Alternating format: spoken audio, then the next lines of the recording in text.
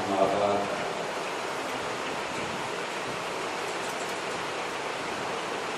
فأعوذ بالله من الشيطان الرجيم بسم الله الرحمن الرحيم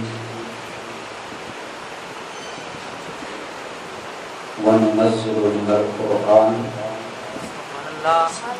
ما هو شفاء ورحمة للمؤمنين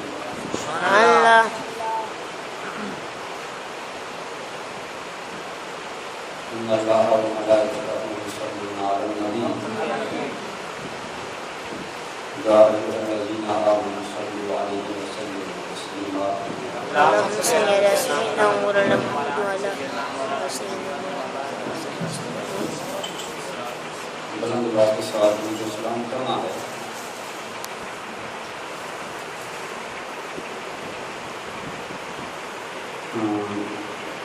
حافظ صاحب بھی کہہ رہے تھے کہ بندے سے برکت کے لیے آئے ہوئے ہیں. تو آج کل ایسے ہی کچھ ماحول بن گیا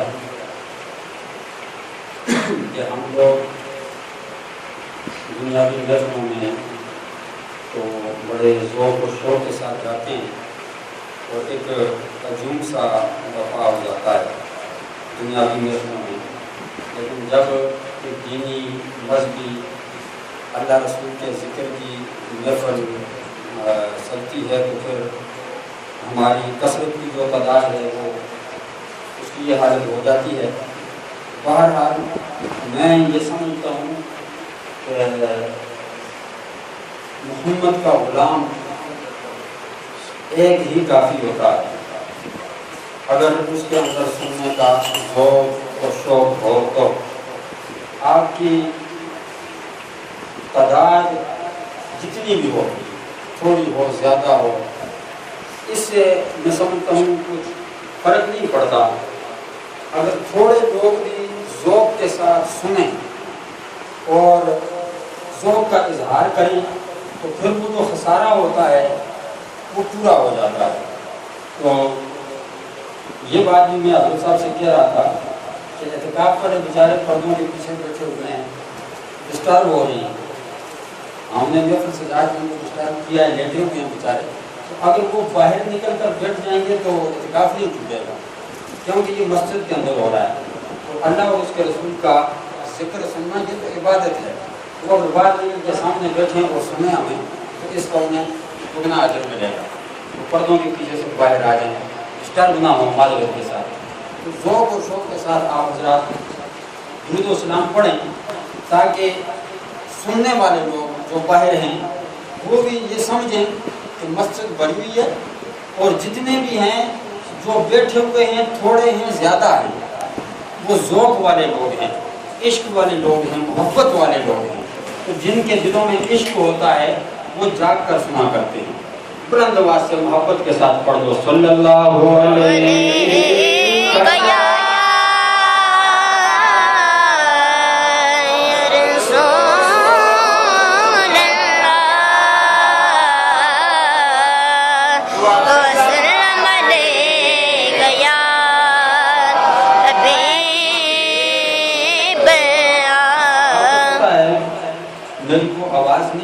ماشاءاللہ. تنزیل الرحمان صاحب میں نے ڈائریکٹ بیٹھ کے سنے تو نہیں ہیں, لیکن جو دوستوں سے سنا ان کے بارے میں بہت اچھی آواز ہے, بہت اچھا انداز ہے, بہت اچھے بولتے ہیں. تو میں تقریر کرنے نہیں آیا, مجھے ندیم صاحب نے اس لیے بٹھا دیا ہے کہ میں تھوڑا سا آپ لوگوں کو جگاؤں اور جو لوگ باہر ہیں, کھڑے ہیں, بیٹھے ہوئے ہیں, اپنی اپنی مصروفیت میں ہیں, تاکہ وہ بھی مسجد میں آ جائیں. اور جب ایک ماحول بن جائے تو پھر حضرت صاحب کو ہم دعوت دیں. تو ان کے آنے سے قبل میں تھوڑی سی دیر آپ کو تھوڑا سا تنگ کروں گا, تو تھوڑے ذوق کے ساتھ, محبت کے ساتھ اور بلند آواز کے ساتھ درود و سلام پڑھ دو صلی اللہ علیہ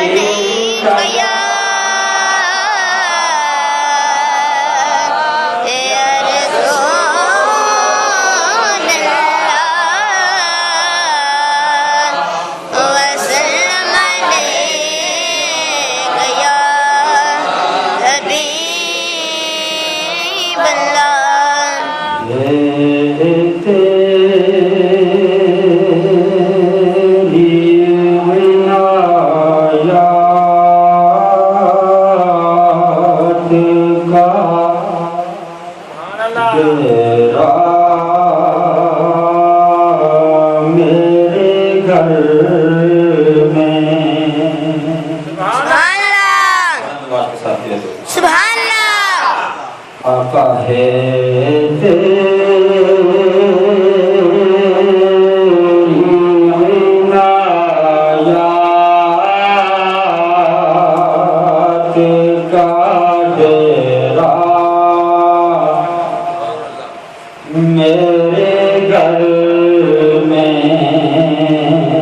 سب تیرا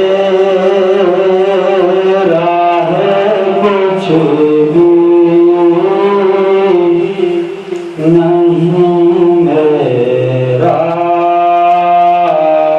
میرے گھر میں. سبحان اللہ. شعر کو سمجھو کہ یا رسول اللہ سب تیرا ہے کچھ بھی نہیں میرا میرے گھر میں. یہ شعر سن کر بلند آواز سے سبحان اللہ کہنا ہے. سب تیرا ہے کچھ بھی نہیں میرا میرے گھر میں. سب تیرا ہے کچھ بھی نہیں میرا میرے گھر میں. یہ تو سب کو سمجھ آ رہا ہے, پڑھ بھی سکتی ہو میرے گھر میں. اگر باقی شعر کی سمجھ نہیں آتی تو یہ سب نے مل کے میرے ساتھ کہنا ہے کہ میرے گھر میں سب تیرا ہے کچھ بھی نہیں میرا میرے گھر میں. دروازے پہ لکھا ہے تیرا اسی میں گرامی. سبحان اللہ. لکھا ہے تیرا اسی میں گرامی. آتا نہیں بھولے سے اندھیرا میرے گھر میں. نہیں بھولے سے اندھیرا میرے گھر میں. سب تیرا ہے کچھ بھی نہیں میرا میرے گھر میں. نہایت ہی قابل صد عزت و تکریم حضرت علامہ مولانا محترم جناب تنزیل الرحمان جگن صاحب مدد اللہ العالی. نام ان کا بڑا سنا تھا لیکن انہوں نے ابھی مجھے بتایا کہ یہ بھی احتراباد کے رہنے والے ہیں. یہ آپ لوگوں کے لیے بڑی پرابلم ہوگی ہے کہ آپ 2000 والوں کے آگے پاس نہیں آئے. پتہ نہیں کیا ہوگا, یا ہمارے ساتھ برا ہوگا یا پھر آپ لوگ تنگ پڑ جائیں گے. تو بہرحال ان کی محبت ہے یہ اتنی مصروفیت میں سے اور ان دنوں میں ٹائم نکال کر یہ ہمارے پاس آئے, کیونکہ میں تو آپ کے گھر کا بندہ ہوں, میرا کوئی مسئلہ نہیں ہے, یہ ہمارے مہمان ہیں. تو ان کے ساتھ محترم جناب آفتاب صاحب قاری آفتاب صاحب بھی تشریف لائے. ان کے بھی ہم مشہور ہیں, وہ بھی کافی مصروف آدمی ہیں. ساتھ اور بھی افسر ہیں, مجھے ان کا قسم شریف نہیں آتا معذرت کے ساتھ. ماشاء اللہ علماء ہمارے پاس آئے, یہ بھی اللہ کی ایک رحمت ہے. تو بہرحال مختصر سا ٹائم میں علماء کی اجازت سے آپ حضرات کر لوں گا. نجم الرحمان صاحب کی محبت ہے جو انہوں نے بتایا, اور آپ تمام لوگوں کی محبت ہے, اور اسی محبت میں آپ سب کو مبارکباد دینا چاہوں گا اس بات کی کہ آپ کے اسی گاؤں کے 2 حفاظ کرام جنہوں نے آپ کو رمضان المبارک کے اندر اللہ کا پاک کلام سنایا. سبحان اللہ. یہ معمولی بات نہیں ہے. وہ الگ بات ہے کہ دوستوں نے پڑھا, کیوں نے نہ پڑھا, کیوں نے سنا, کیوں نہ سنا, یہ ایک الگ بات ہے. لیکن سننا سنانا، یہ دونوں باتیں بہت ہی قدر و منزلت کی حامل ہیں. یہ بہت بڑی بات ہے.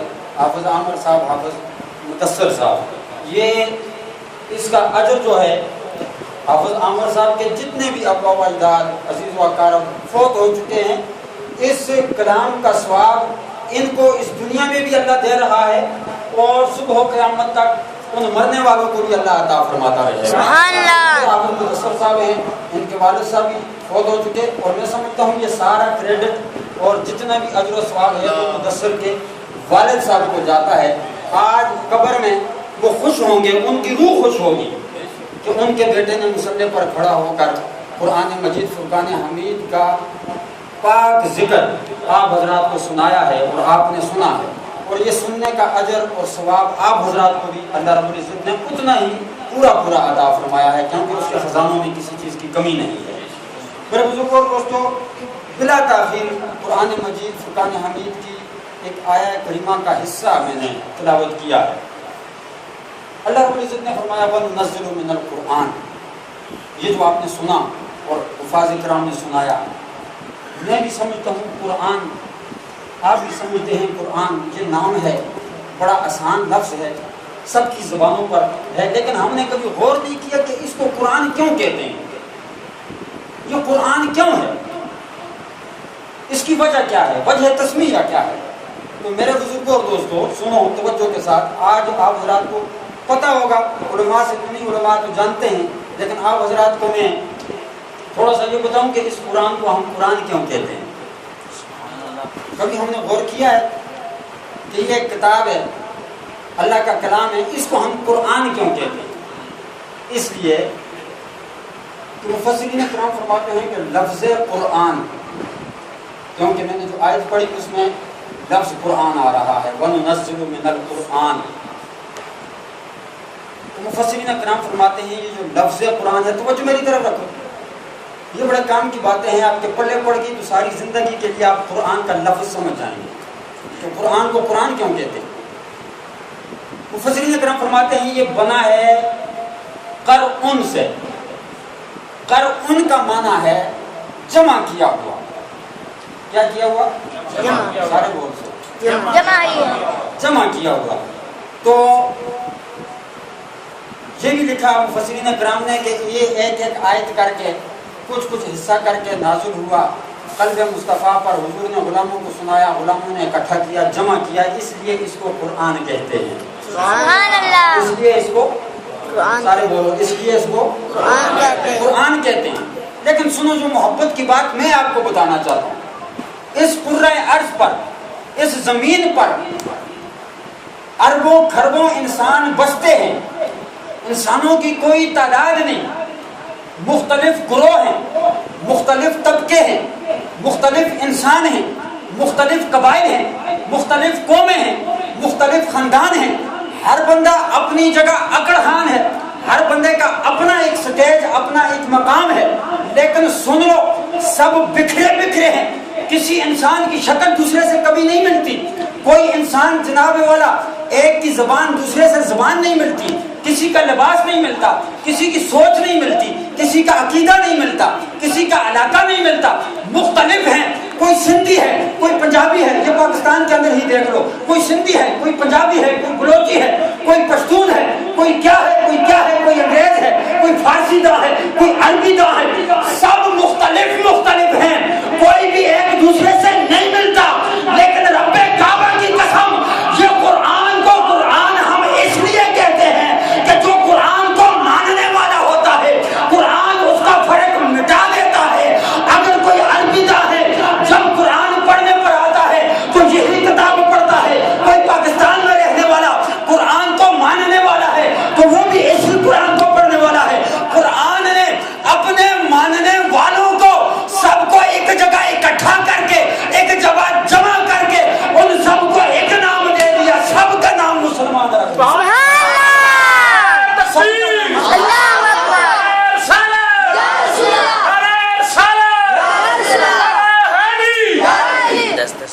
سب کا نام کیا رکھا؟